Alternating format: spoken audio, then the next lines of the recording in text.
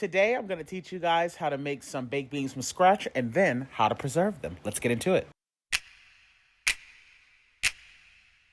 Whipping up all of your favorite recipes. Simply Food. You should know by now that you're in for a treat. Simply Food. There's no other channel where you'd rather be. Simply Food. Seafood, pasta, cakes, and pies. Sing and laugh and even cry. Like and share and hit subscribe. Simply Food by TY. All right, y'all, so let's get into the ingredients. So I have 4 pounds of navy beans that I'm going to allow to soak overnight. I know this might look like a lot, but trust me, this is super simple because everything is getting thrown into one pot. You are going to need 2 cups of light brown sugar.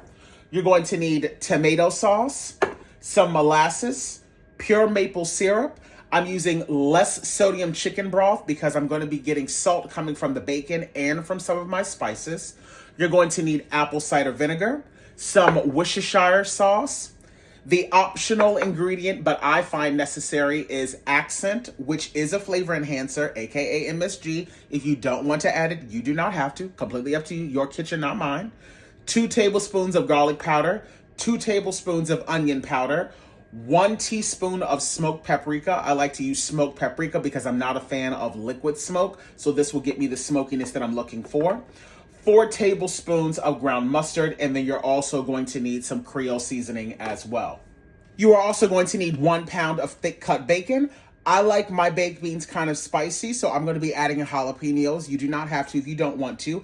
I have 3 jalapenos here, 2 large sweet onions, and 3 large green bell pepper. Since I'm going to be allowing my beans to soak overnight, you guys know that I like to have things in order, so I am already in the process of washing and sterilizing my jars. And then after my jars are sterilized, I like to place them upside down on a clean towel. I have all of my rings laid out here and my lids and all of the tools that I'm going to need. I like to have all my stuff organized because when you're in the process of canning things, you really don't have time to be like looking for stuff, and you want to make sure that everything is ready to go.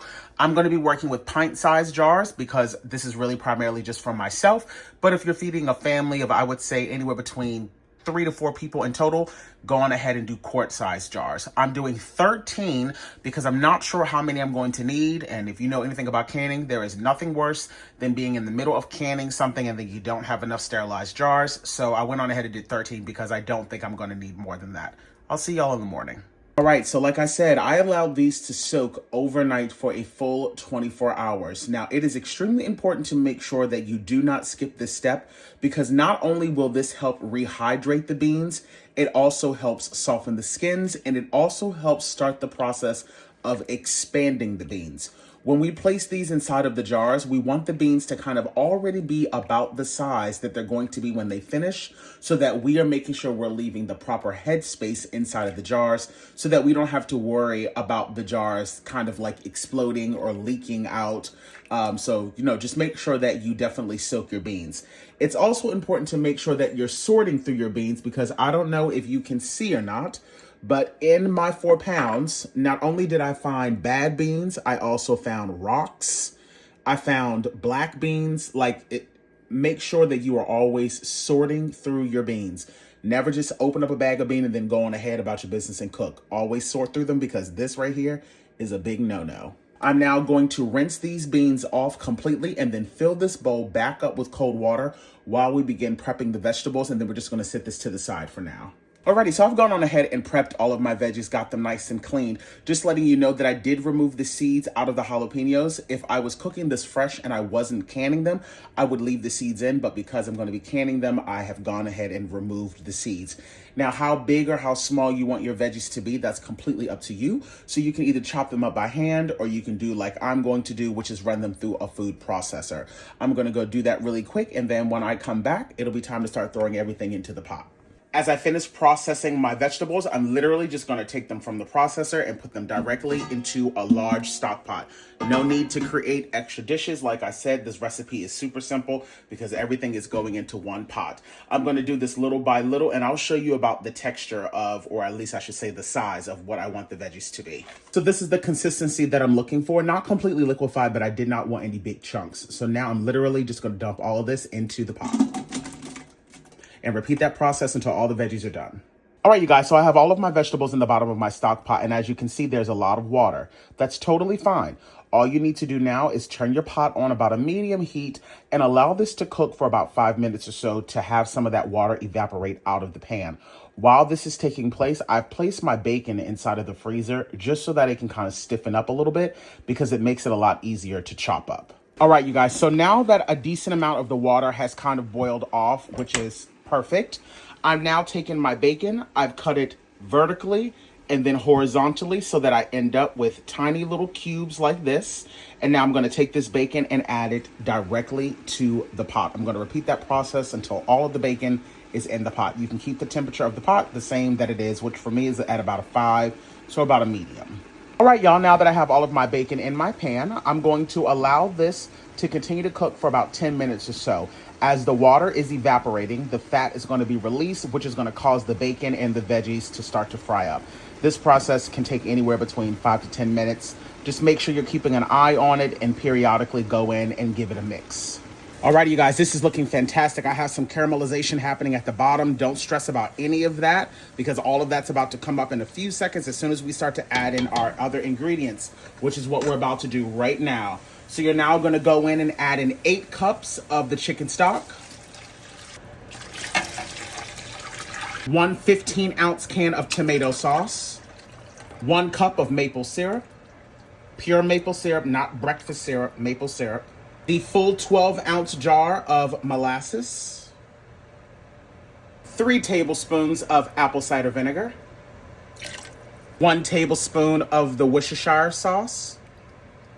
I actually might do 2 tablespoons to be quite frank. Yeah, I'm going to do 2 tablespoons of that. The mustard powder, your smoked paprika, your onion powder, your garlic powder, the brown sugar, a 1/2 tablespoon of the accent. Again, this is optional. Give this a good whisk. I have my temperature down on about a 2 or 3 right now. I'm just going to allow this to simmer. Alrighty, you guys, now that my pot is coming up to a simmer, I'm now going to start to add in all of my beans. I made sure that I drained off that water once again, and I gave them a good rinse down. Give the pot a good mix, and you're now going to allow this to come back up to a full simmer again. Once it's fully simmering, you're then going to set a timer for 15 minutes. Make sure that you are mixing periodically so that you don't have to worry about anything sticking. At this point, we are not trying to fully cook the beans. We are literally just softening them up, allowing them to kind of swell a little bit because, again, head space when you're putting stuff in these mason jars, I find is very important. So by just like partially cooking these, this is going to help us eliminate any problems down the line. And just a reminder, at no point do I want this to come to a boil. You only want it to be at a simmer at best. All right, you guys, so I allowed my beans to simmer for about 15 minutes. I've now turned the heat off, and as you can see, it's still super runny, still super loose. That's what it's supposed to be, because these are going to be pressure cooked at 10 pounds of pressure for 75 minutes. At that point, all that starch that's inside of the jars is going to naturally thicken up the sauce, so don't stress yourself out about that. This is exactly how it's supposed to look. I'm now going to let this pot kind of cool down for just a few moments before I start to pack them into my sterilized jars. All right, y'all, and now I'm just going to start filling up my jars. I'm going to make sure that I'm leaving 1 inch of headspace in each jar. Okay, so I wanted you guys to see about how much headspace I'm leaving. I'm leaving just a little more than 1 inch of headspace so that if the beans do still need to, expand a little bit, they have the space to do so. So I did not go all the way up to the 1 inch headspace. I have 13 pint-sized jars here, and as you can see, I still have quite a bit of beans left. That's totally fine. I'm just going to bake that off, and then I'll just have that for dinner throughout the week. But now, let's go on ahead and sanitize the rims of these jars. There's a lot of sugar in this recipe, so it's really important to make sure that you are making sure that the rims of each of these glasses are thoroughly wiped off, because if not, the seal will not adhere properly. So really take your time and make sure that you're getting these jars nice and clean. Now that I'm doing this, I've gone on ahead and turned my pressure canner on just so that I can slightly start to warm up that water in the bottom. I've put 3 quarts of water and a splash of vinegar in the bottom of my pressure canner just because I don't want that water to be cold when I sit these hot jars in it, because, well, that can cause the jars themselves to crack, and I don't want that because these jars are extremely hot. So I need that water to be somewhat the same temperature. I'm now going to go on ahead and add my lids on each of my jars. And as always, put on the rings just fingertip tight. As I put the rings on, I'm going to go on ahead and start to place these directly in the bottom of my pressure canner. I was able to get 8 on the bottom row, so now I'm going to add in the secondary rack so I can stack them up. And I was able to put the last 5 right on top. Let's inspect the lid, and then let's get the lid on and let's begin processing. All right, I was able to do my inspection, so now I'm going to go on ahead and add my lid, make sure that everything was looking safe. So now that the lid is on secure and tight, I'm going to turn the heat all the way up to high. I'm going to wait until I see a steady stream of steam coming out of this valve before I set my timer for 10 minutes. Alrighty, you guys, now that I'm starting to get a steady stream of steam coming out of this valve here, I'm now going to set a timer for 10 minutes. All right, you guys, my 10-minute timer is just about to finish, so I'm now going to go on ahead and add my weight on the top, and I'm now going to allow the pressure to begin to build. Once it hits 10 psi, I'm then going to start a timer for 75 minutes. If you're doing quarts, it's 90 minutes. But as always, make sure you're checking to see what your processing times are supposed to be based on your altitude. All right, you guys, so I have a little less than a minute left on my timer. So when that goes off, all I'm going to do is turn the heat off and walk away. It's extremely important to make sure that you do not disturb the pot while it's in its decompression stage.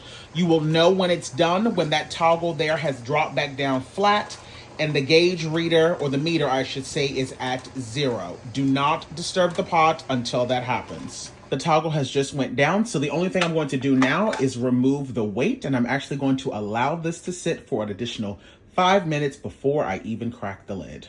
All right, you guys, so I've let about another 10 minutes or so go by, and I like to do that just so that I can really allow this pot the time to kind of calm down some so that I can avoid as much siphoning as possible. When you lift up the lid, always lift it away from you, never towards you, because it's going to be extremely hot.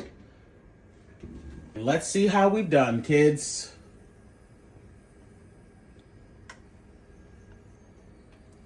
And that there is homemade baked beans.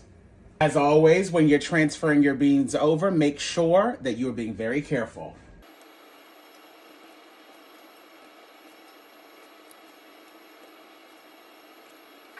I'm now going to throw a towel over these and leave these completely undisturbed for the next 24 hours.